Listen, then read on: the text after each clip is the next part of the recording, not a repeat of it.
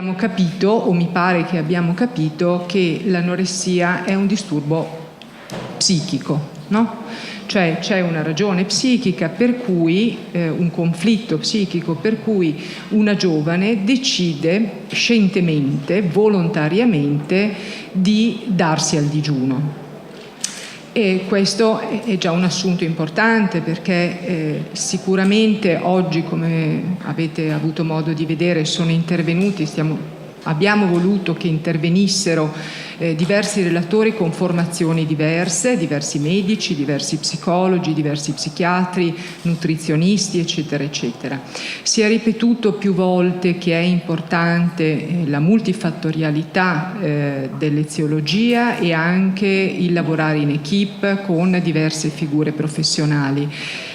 Però occorre ricordare che il punto di partenza per cui una giovane di 15, 16, 20 anni rischia la sua vita, ok? Perché nelle patologie come l'anoressia e la bulimia, con i disagi anoressico-bulimici, il rischio è proprio quello della vita, sono delle ragioni che riguardano quella roba strana che tempo fa qualcuno chiamava i conflitti dell'anima. Mi è parso mi sono piaciuti ovviamente tutti gli interventi, credo che concordiamo su questa cosa, il livello era molto molto alto. Forse una voce così un po' particolare è stata quella che purtroppo non abbiamo qui con noi perché ha dovuto rientrare, della professoressa Testoni, che faceva questo confronto tra le sante anoressiche alla maniera di Santa Caterina o di altre, insomma, di Santa Teresa, in cui il digiuno era solo strumentale, non era fine a se stesso. Il digiuno aveva come obiettivo quello di sottolineare che in fondo la vita non è il primo bene, ma che esiste un bene più grande della vita del mio corpo. Questa era la posizione delle ascete, e di tutti gli asceti maschi e femmine che siano, e di tutti i mistici. Cosa completamente diversa è l'anoressia moderna, attuale, che abbiamo visto collocarsi e venire, come dire, ad avere una caratteristica epidemiologica importante a partire soprattutto dagli anni 70. Qualcuno l'ha definita addirittura la patologia psichiatrica degli anni 80. Dicevo così nella mia breve introduzione all'inizio, c'è sempre una relazione molto stretta tra le forme patologiche, le sindromi, il modo di soffrire dell'essere umano e il contesto, per un verso spaziale, per un altro temporale, cioè storico e culturale e sociale, in cui è inserito. Allora, che cosa ci dice l'anoressica moderna, che non è l'anoressica, per intenderci, della mistica medievale? Che cosa ci provoca? Qui sono emerse alcune risposte, alcuni suggerimenti. Intanto c'è questo no netto apparentemente indiscriminato, in cui l'anoressica ci dice: intanto io rifiuto il tuo modo di stare al mondo. Sicuramente questo è come dire, l'elemento filosofico di fondo che un'anoressica ci propone. C'è qualcosa per me di più importante. Abbiamo visto che, a differenza delle sante ascetiche, non è Dio. Qualcuno dei relatori del pomeriggio diceva, sempre credo Ines Testoni, è l'estetica, cioè una nuova forma di religiosità, diciamo così, e qualcosa di vero c'è senz'altro in questa posizione. Però che cosa c'è al fondo di questo tipo di disagi?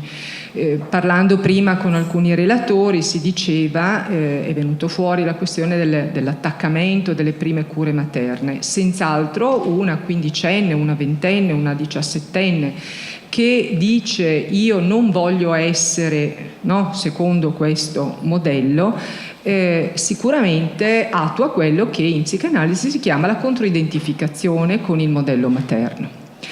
senz'altro rifiuta qualcosa che gli è stato proposto all'interno della famiglia, senza alcun dubbio, e nessuno è intervenuto a dargli una mano, si è trovata da sola rispetto ad un modello che non gli è piaciuto.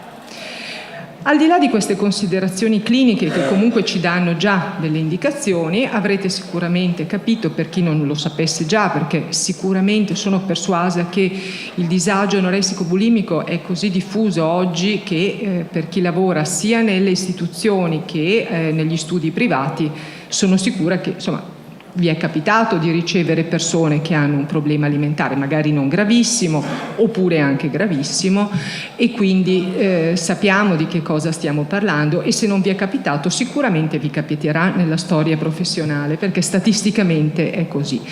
Quindi quello che è emerso, al di là appunto delle specificità di lavorare di ciascuno di noi, quindi degli assunti teorici di riferimento, psicanalisi, cognitivismo, comportamentismo, teoria relazionale, la Gestalt, vanno bene tutte, ognuno, come dire, è importante che faccia il suo lavoro con responsabilità e coscienza, come si dice, però abbiamo capito alcuni punti chiave davvero importanti. Per esempio, non affrontatele da solo, no? Diceva prima Mirella Baldassarre. Perché? Perché a differenza di una paziente che ti viene perché ha la fobia della farfalla, a parte che anche le fobie delle farfalle possono poi nascondere dei buchi pazzeschi, però in linea di massima, come dire, la patologia più apparentemente insomma, meno grave, diciamo così, e nel caso del disturbo alimentare, l'anoressia bulimia, cioè sono ragazze intelligenti ma anche tanto toste, che prima di muoverle, Mendolicchio stamattina diceva, mettetevi in conto per una cura vera minimo 5 anni. Ovviamente qualcuno discuterà, Mirella dice di sì, qualcuno dirà io ce la faccio prima, però di solito sono sindromi, sintomi, questioni che richiedono un lavoro, come dire, approfondito, e a me capita spesso di dire alle persone che hanno fretta, che vengono in analisi da me, di dire: senta, lei ci ha messo 40 anni a costruire il suo sintomo, si prende il tempo, perché non dico che per destrutturarlo ce ne vogliono altri 40, però un pochino di tempo ci vuole, insomma, non è che si possono risolvere le cose in 4 e 4/8. Abbiamo visto che c'è una diversità tra il dire sì, risolviamo, ripristiniamo la funzione alimentare, e la persona, il soggetto, è effettivamente guarito. È una parola che mi fa sempre molto paura, perché non ho mai capito bene che cosa voglia dire guarito, ma come dire, sta meglio quantomeno, no? È un po' difficile, non si possono sovrapporre questi due elementi. Quando una persona con problemi alimentari ripristina una funzione dell'alimentazione che gli permette di vivere quantomeno fisicamente in maniera decente, questo non significa che il percorso di cura sia concluso. Certo è, e dobbiamo dirlo immediatamente di corsa, che ragazze che mi è capitato di vedere che mangiano una mela al giorno, anche se fossero le più sane del mondo, di sicuro bene non possono stare, perché esiste anche un corpo a cui bisogna dare pur qualche soddisfazione alimentare, esiste un cervello, esistono dei neurotrasmettitori, e quindi sicuramente se una persona non mangia, bene non può stare. Quindi se le due cose non si devono necessariamente sovrapporre, sicuramente se uno non mangia, bene non sta. Quindi è importante l'equipe, è importante mettere insieme le competenze che abbiamo visto anche qui oggi, è molto importante la rete, ed è importante la collaborazione, io credo, poi Laura se vuoi aggiungi qualcosa, tra le strutture del pubblico e anche il privato sociale e i liberi professionisti, perché poi molte volte queste persone, ci è capitato di vedere, escono dalle strutture e hanno bisogno comunque di un riferimento che non sia necessariamente quello della clinica o della comunità, ma hanno bisogno di avere un percorso a cui fare riferimento, una persona a cui, come dire, ricorrere nei casi di bisogno o proseguire un percorso di cura. L'altro elemento che mi è parso molto importante sul piano sia, diciamo così, della diagnosi, ma anche sul piano della ricerca, è questo punto che diceva Alessandro Raggi, citando Bateson: la mappa non è il territorio. Allora io credo che ultimamente, almeno io sento che ultimamente sempre più devo ricordarmi questa frase illuminante di qualche ormai decennio fa. Sempre più si rischia di andare verso una parcellizzazione, per un certo verso, delle conoscenze e delle competenze, e soprattutto si rischia di fidarsi troppo di alcuni numeri che poi non sempre corrispondono alla realtà. Le ricerche sono molto importanti, però è importante, ci diceva Alessandro Raggi, andare a vedere e a come dire, capire bene come sono organizzate e su quali assunti epistemologici si fondano.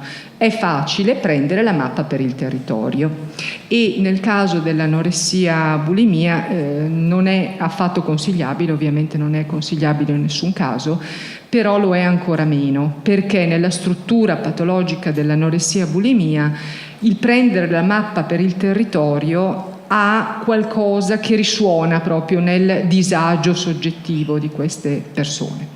Ecco, io semplicemente mi fermerei qui. Se Laura vuoi aggiungere qualcosa, o se i relatori di oggi vogliono aggiungere qualcosa. E poi io soltanto un ringraziamento a tutti i colleghi che sono stati qui oggi, che fino all'ultimo si sono impegnati. Il piacere di una contaminazione di saperi in un rispettoso equilibrio e valorizzazione delle competenze. Credo che sia veramente il valore della giornata. Recupero due categorie filosofiche che sono a me molto care, che sono il fragile e il prezioso. Ciò che è fragile è anche molto prezioso. Pensate alle immagini, no? Che ci evocano queste due dimensioni, e che credo bene, ecco, si adattino al tema di oggi e a tutte le persone che incontriamo e che incontrate all'interno delle strutture in cui quotidianamente operate e all'interno dei vostri studi. Un ringraziamento anche a chi non è visibile ma che ha reso possibile questa cosa, e quindi un ringraziamento da parte mia e di Marisa particolare al personale della segreteria del nostro ordine, che con molta cura, ecco, si è preso cura di noi nel organizzare, di noi due soprattutto, ma proprio per renderci possibile la realizzazione di questo evento. Quindi ci tenevo, ecco, a condividere con voi questa cosa. Una buona estate, perché questo è anche l'ultimo evento organizzato dall'ordine prima dell'estate, e al prossimo appuntamento il 23 settembre con i temi legati alla neuropsicologia. Buona serata a tutti.